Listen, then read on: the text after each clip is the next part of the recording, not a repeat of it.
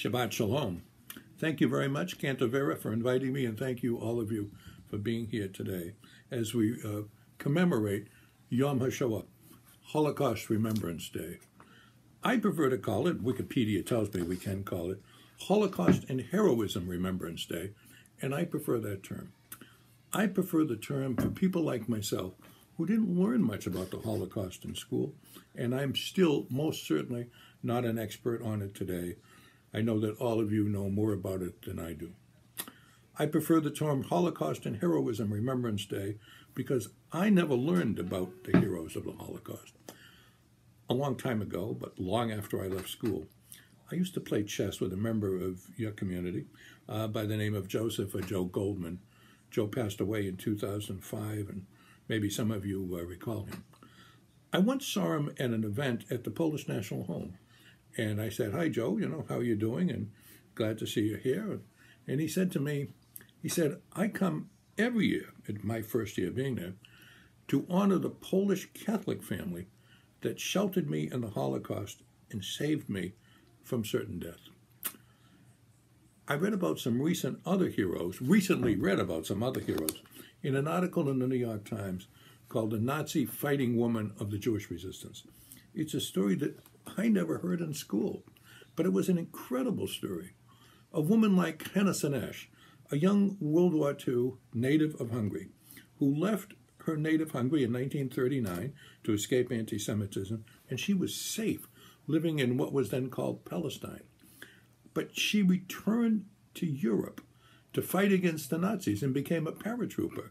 She lost her life in the struggle, but certainly an incredible hero.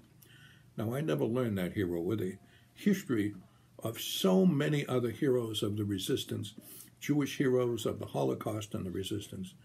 And I tell you this story, not because you don't know it, because I know that all of you know more about the Holocaust than I will ever know. But I tell you the story in the hopes, frankly, that there's someone out there listening who's as uneducated as I was and who will learn from this. In Holocaust Remembrance Day, it's important for us to remember that the underlying cause of the Holocaust, the mother of the Holocaust, was anti-Semitism. Now, it would be nice to think of Holocaust, anti-Semitism, as something that we read about in the history books and something that surely doesn't exist today.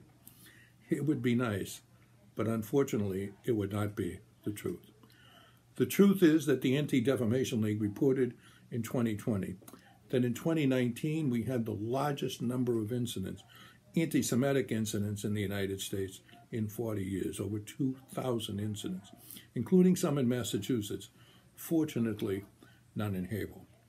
Now, 2,000 incidents doesn't make us Nazi Germany, but it's important to remember that Nazi Germany wasn't always Nazi Germany.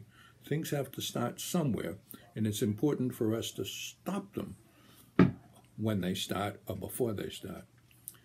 The city of Haverhill that I love and have been proud to represent for a few years now is and always has been a place where people of all nationalities, races, and faiths are welcome. Haverhill has always been a place where people can come, as my grandparents did, to seek a better life for their children and their grandchildren. Haverhill has always been a place where everyone is welcome. But there is not now, nor has there ever been, nor will there ever be, a place in Haverhill for hate. There is no place in Haverhill for even a single anti-Semitic incident. There is no place in Haverhill for racism or bigotry or hatred. So I stand here tonight, I am here tonight with all of you to say that we stand with you. I stand with you for as long as we can, as long as I can.